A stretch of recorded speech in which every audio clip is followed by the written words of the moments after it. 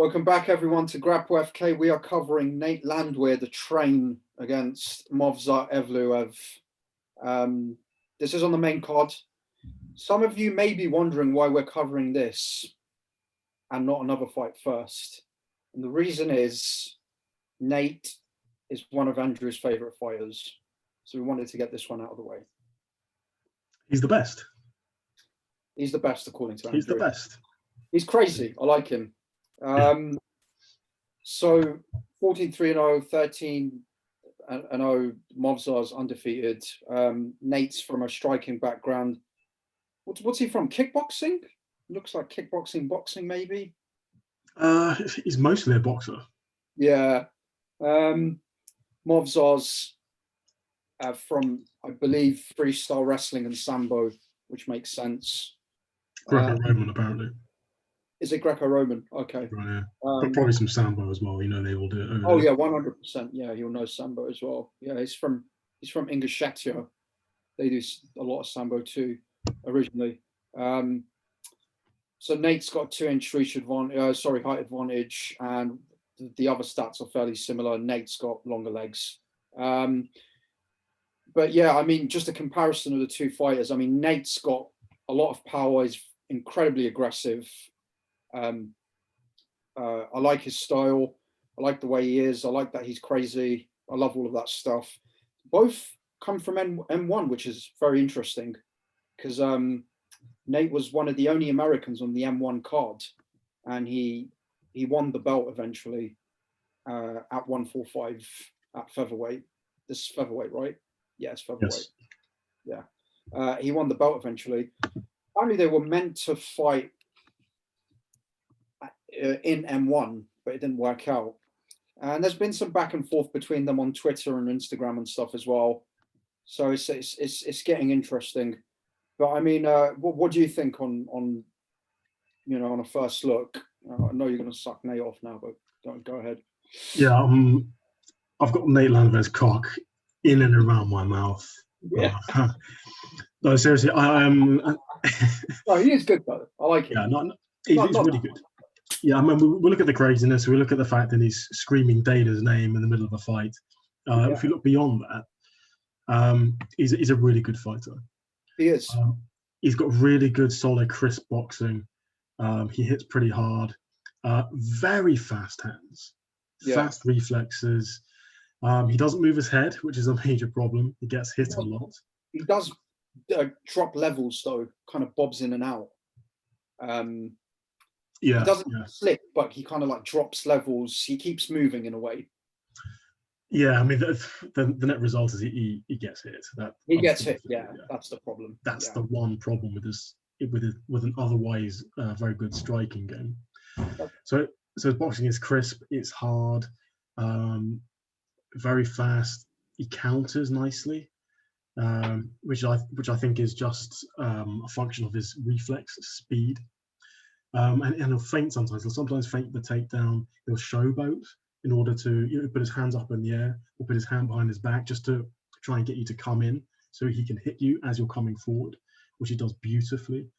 And speaking of those counters, you may recall in his fight against Darren Elkins, Elkins came forward and Nate Landwehr cracks him with an elbow.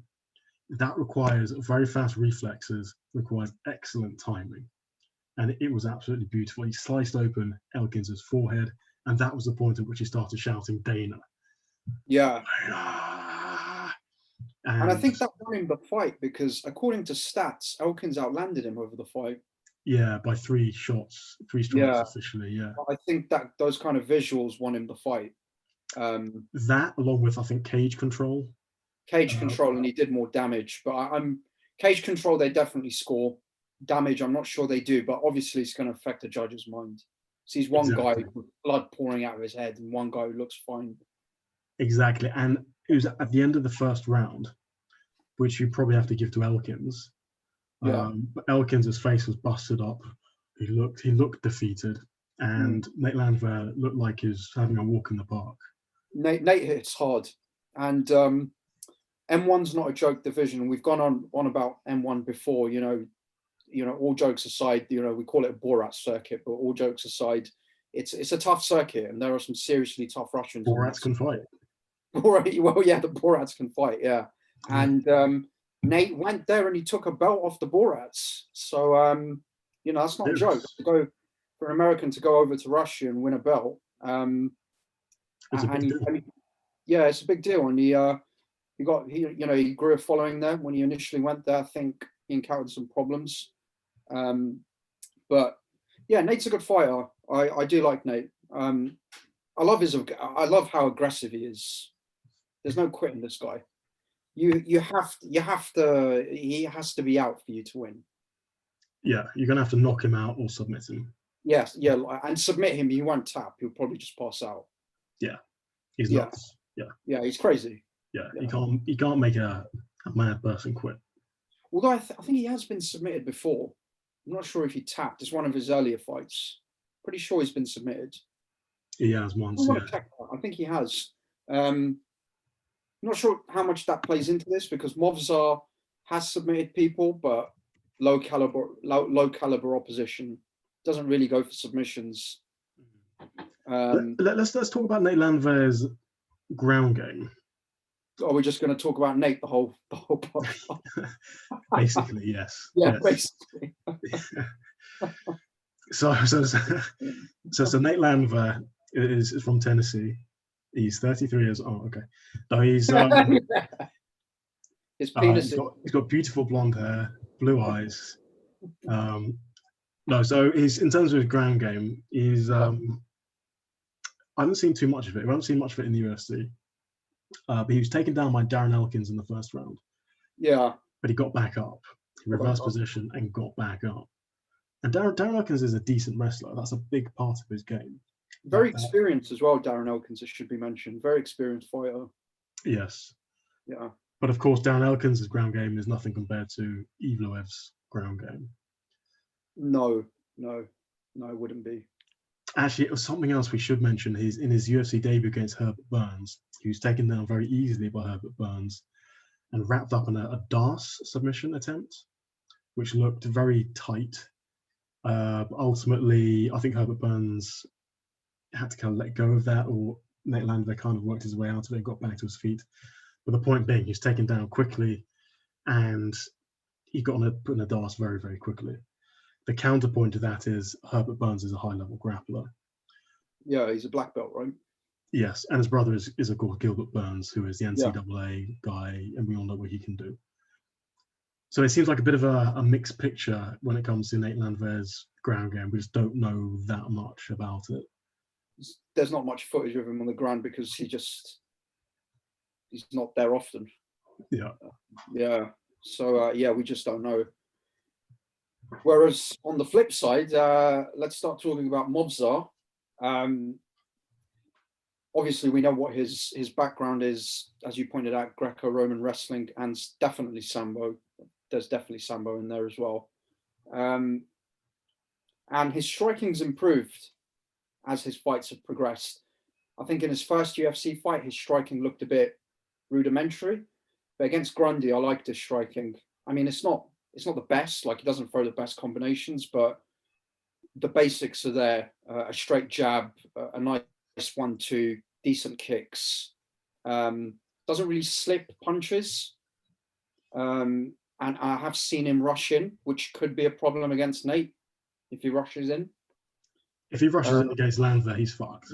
Yeah, he's fucked, exactly. And I have seen him rush in certain instances. But I think overall he's a better MMA fighter overall, given all MMA skill. Like his ground game is better. He probably doesn't do BJJ, but he's got better BJJ or grappling submission, whatever you want to call it. Better wrestler, better grappler. All right, he got taken down 6 times in his last fight by a former judo Olympian, but he kept getting back up. And some of those reversals, man. Fucking hell, dude. They were incredible. Yeah, so his takedown defense leaves something to be desired. But yeah, as you said, the reversals are sick. When I was watching the fight in preparation for this, I was making recordings of those reversals and sending them to my jiu-jitsu instructor and asking him what the hell he's doing. So it's really great stuff. What did you say? Sambo, Sambo and wrestling defense. No, he was just telling me like the particular names. Oh, okay. I'd have to look up on my phone to tell you what the particular names are. But yeah, there's a beautiful Granby roll in there, which isn't unique to Sambo, but it's a wrestling thing. Yeah. And some kind of thing where he was in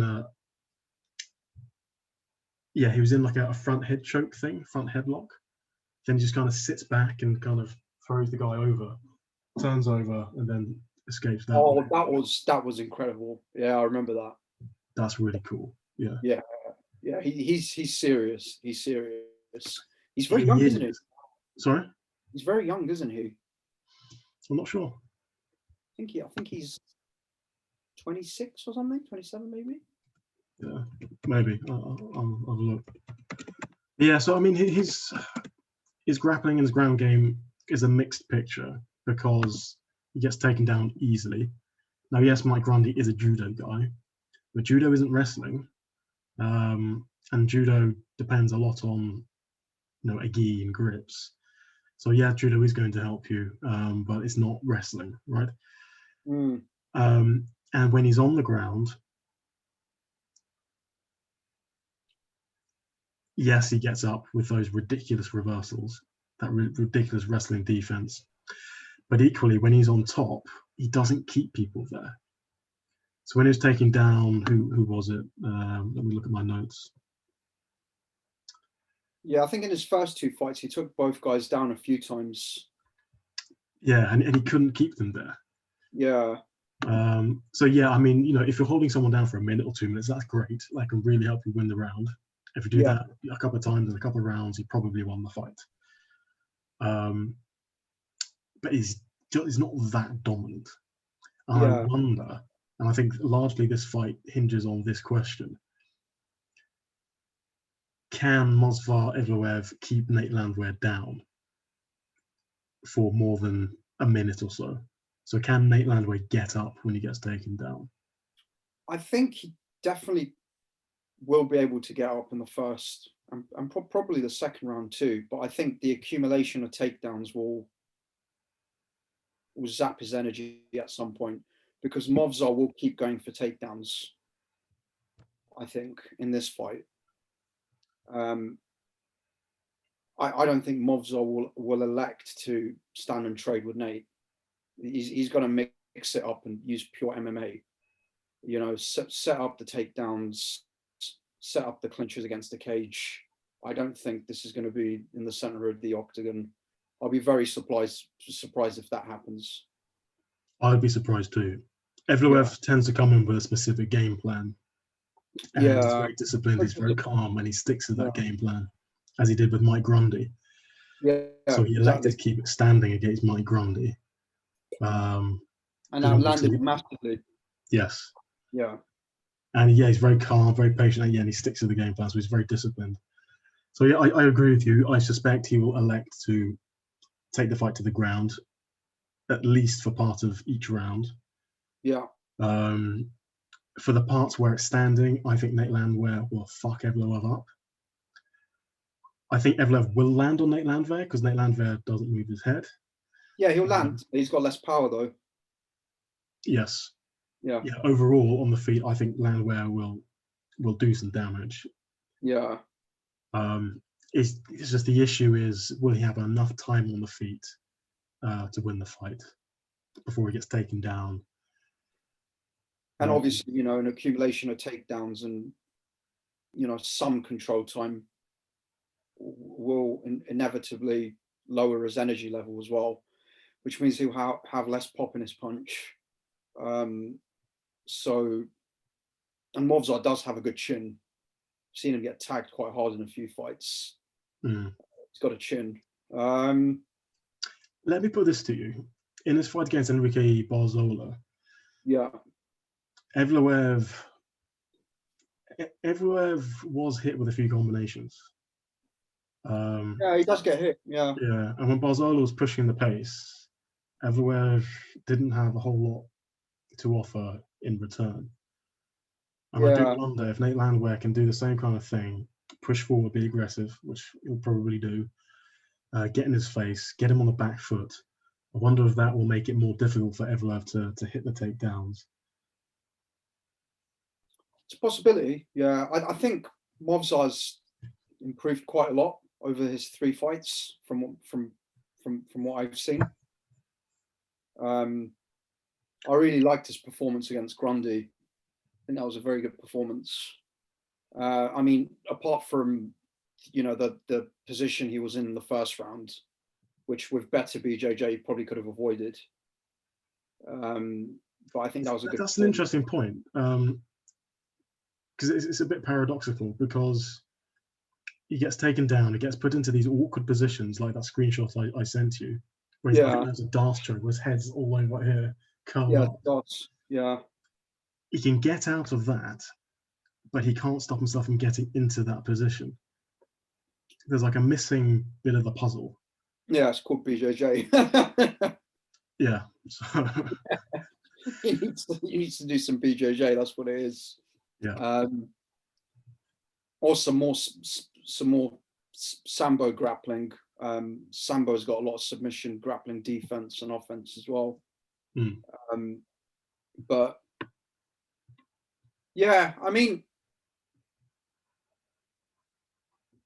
let's go to predictions. I mean, I suspect that Movsar is a favorite in this, just because he's had a lot more experience in the UFC.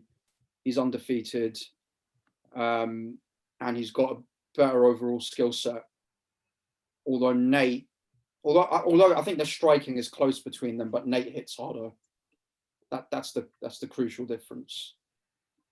Nate hits harder, and has probably got better boxing. No, he's definitely got better boxing, I think. But I think in terms of an overall MMA fight, I think Movsar's got the edge. In terms of predictions, I think this fight will go the distance, and Movsar will get a unanimous decision. Yeah, I'm inclined to agree, because Movsar Evloev gets to decide where the fight goes. Yeah, that's the thing. If he has trouble on the feet, he can probably get it to the ground. The only question mark is how long can he keep Nate Landwehr on the ground. But assuming that Evloev doesn't get completely banged on the feet, he probably wins 2 or 3 rounds to get the decision. Yeah. Question: do you think? Obviously, there's a chance that Nate could knock him out. He's got serious power. He's knocked out over 60% of his opponents. I don't think Movsar could knock him out, Nate. But there's a possibility, obviously, fighting. Do you think Movsar could finish him? Like, it's more likely a submission, I think, in the 3 rounds. He has submitted some people before, but not recently. Not in the UFC, has he? Yeah, not recently. If he's not submitting guys like Barzola and that Chinese guy who's really shit. Yeah. No offense to that Chinese guy. I'm sure you're a nice guy, whatever. I mean, but he wasn't good, right? Yeah. So, as you said earlier, the level of competition he's faced isn't great. Barzola being the best guy he's fought. Arguably, Nate's probably faced better opposition in the UFC. Yeah, I would say Herbert Burns and Darren Elkins are decent fighters. So yeah, my prediction. Yeah, so your question was, can Evloev submit Landwehr? I would say probably not. Yeah, that's what I was thinking too. I just see this being a unanimous decision win for Movsar. So do I. Yeah. And his record is full of submission wins, decision wins. Yeah, he's got. I think he just mix it up and just win, as you said, win 2, possibly even 3 rounds. Unless Nate KOs him. Yeah. So, yeah. I mean, when I make that prediction, I think that'll happen maybe 65, 70% of the time. It's entirely possible that Nate will bang Evloev on the feet. Yeah. Ruin him. That's a possibility. Because the difference in boxing. Did fuck Grundy up as well. Sorry?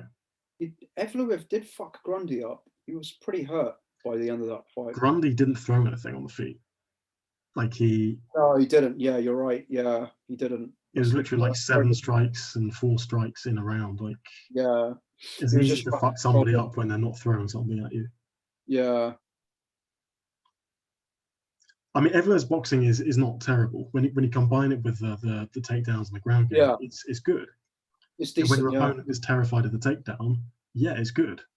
yeah, But pure boxing, it's okay. Like, it's okay.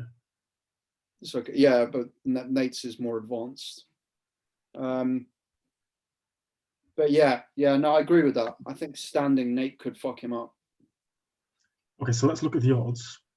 Who do you think is the favorite? I'd say it has to be Movsar. Okay, give me a number.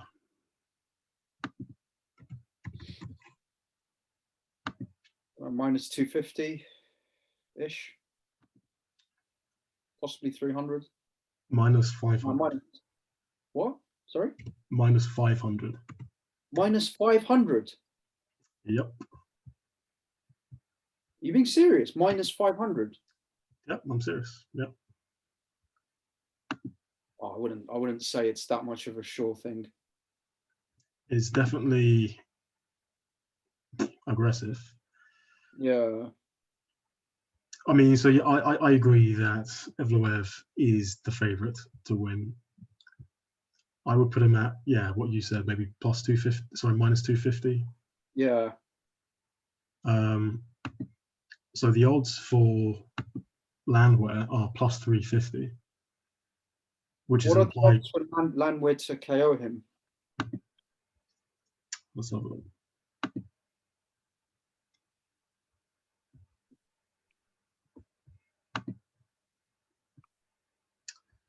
Oh, here we go. 9-1 plus 900. I might put a cheeky amount down, just as a little hedge. Yeah, Landwehr by decision 15-2. So what's that? Plus 750. Yeah. Yeah, that's good as well. Plus 750 for the decision for Landwehr. I don't think he can win a decision. I think he's more likely to win by KO. If he bangs Evloev on the feet, do what he did to Elkins. Yeah, but he banged Elkins, man. When you mix in his takedown ability, his wrestling ability, I don't think you can bang him in the same way. I mean, how many times did Elkins try and take him down?